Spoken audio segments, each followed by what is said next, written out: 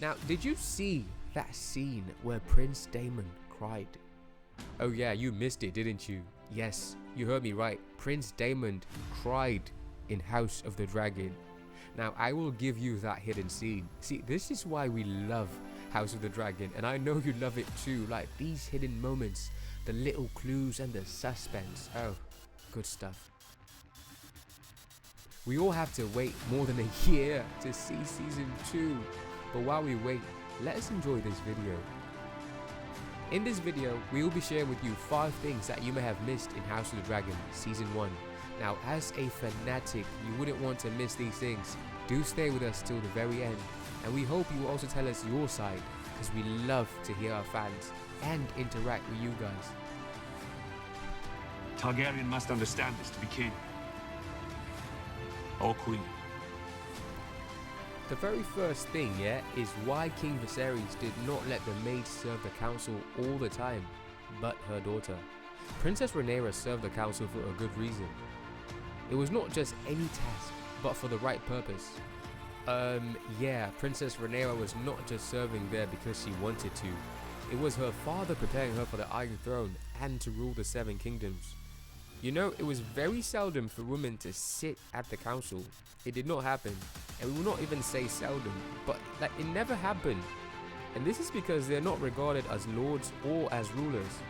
But this time, King Viserys pushed for his daughter to stay with the council, just by serving them wine, food, water, and what have you. King Viserys could have instructed the maids to do this, but instead, Rhaenyra did that. It was King Viserys preparing his daughter for everything. He wanted her to learn during every sitting, listening in and picking ideas should she be chosen as the heir. And indeed, she was chosen as the heir to rule over the 7 kingdoms. With all that she learned while her father was alive, she put it to practice. When her chaos came in episode 10, she called in for advices and counselors. She knew she couldn't do it all alone, just as her dad couldn't do it all alone. And this is one of the reasons why when King Viserys got a male son, he did not want to change the heir. He knew his daughter had acquired so much knowledge and really fit well to sit on the throne and rule the realm. Here at Harrenhal, we cut off the west, surround King's Landing with the dragons, and we could have every greenhead mounted on spikes before the fucking moon turns. An example is when Daemon told Rhaenyra to quickly attack. She hesitated. The princess was well versed in her father's teachings. Be good to your mother, lads. I'll visit when I can. Now, the second thing that you may have missed is the separation of Sir Harwin and his father in a particular scene. Yeah, you missed that. And I'm sure you thought it was just a mere scene. Now, watch that video again.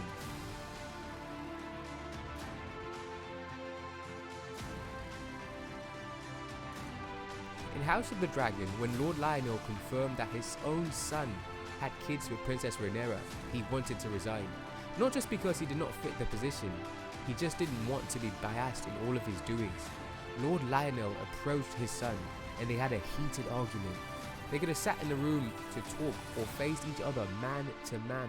But when both of them were talking, as you saw in that video, there was a pillar that separated them, and that pillar represented Larys Strong.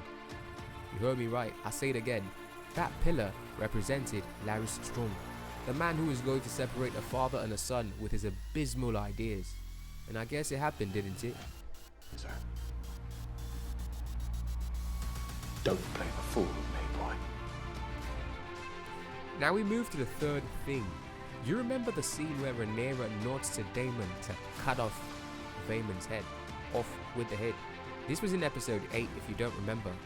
So it was not as if Rhaenyra just told Daemon to cut off Vaemon's head. Now, before I share what you missed, let us watch how Daemon did it.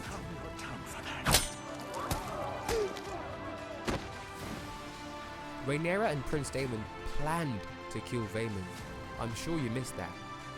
If you did though, hear me out. Before they set off to King's Landing, they had it all planned out. Daemon will protect Rhaenyra at all costs. All Prince Daemon needed was a signal. Now you know Vaemon had been challenging Rhaenyra about the heir of Driftmark. It wasn't only Rhaenyra he challenged, but Rhaenys as well, the wife of Lord Corlys. And as we bear witness, Lord Corlys named Lucerys Velaryon as the heir of Driftmark upon the death of Sir Leonor. Now when Aemon started talking, he started talking about Valyrian blood and a whole lot. I mean, you heard the man. he knows Rhaenyra's kids are bastards, and this was a statement he could not avoid. Prince Daemon and Princess Rhaenyra knew Vaemond was going to commit, and this will be the time to kill him in front of all these people. Their actions will be justified. They had it all planned to take away anyone who challenges their heir to Driftmark, after it had been passed on to his son, Luke. As Vaemond started putting his message across to claim Driftmark, Rhaenyra nodded to Daemon. Yes, she nodded to Daemon. It was not for anything, but just to confirm, like, it is time for that man to die, off with the head. That little nod was a stamp to seal their plans to killing Vaemond. And this was even the main reason why Prince Daemon told Vaemond to say it. Like, Vaemond tried the possible best to avoid the forbidden words, yeah? But Prince Daemon knew that once he said that word, like, that was it. Like, once he said it, he could then chop off his head, and no one could blame him for that. I didn't see him. I asked him to stop, Your Grace.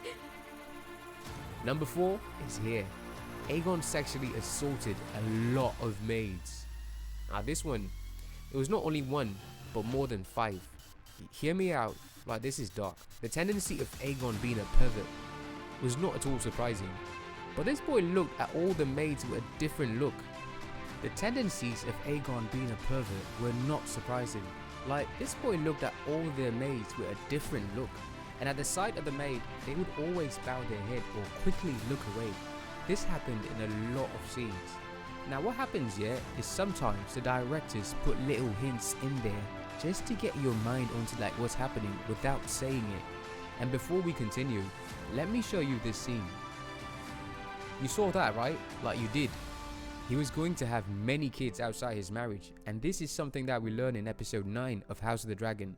All the prostitutes in Silk Streets and other communities saw what Aegon was doing. They had seen him a couple of times, and this tells us that he had a strong will to do all of these awful things. If there is one thing the writer, producer and director did wrong to Matt Smith, is the fact that they did not make him show any emotions. But if I tell you Prince Daemon shed tears in the House of the Dragon season 1, would you believe it? Yes, Prince Daemon of all shed tears when Luke died. At the very end of House of the Dragon season 1 episode 10, when Prince Daemon went to talk to Rhaenyra about the death of Luke, he could not help himself but shed a tear. Just as he sadly walks to Rhaenyra, he wipes off the tear with his hand. Watch that video again and you see exactly what we saw.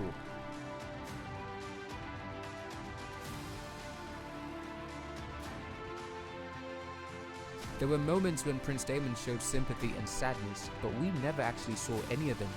But in this episode, the directors did well not to hide it, but we got a good glimpse of it. Or, I should say, in this episode, the directors did well to hide it, but we still got a good glimpse of it. Obviously, there are more hidden clues and scenes, and we will be back with more videos, lots of breakdowns, and all that you fanatics and fans need. And I must say, I will miss all of you, and I know you cannot miss what I'll be posting too. So click that subscribe button and that little bell beside it, so that you can get the alert as soon as I post these videos.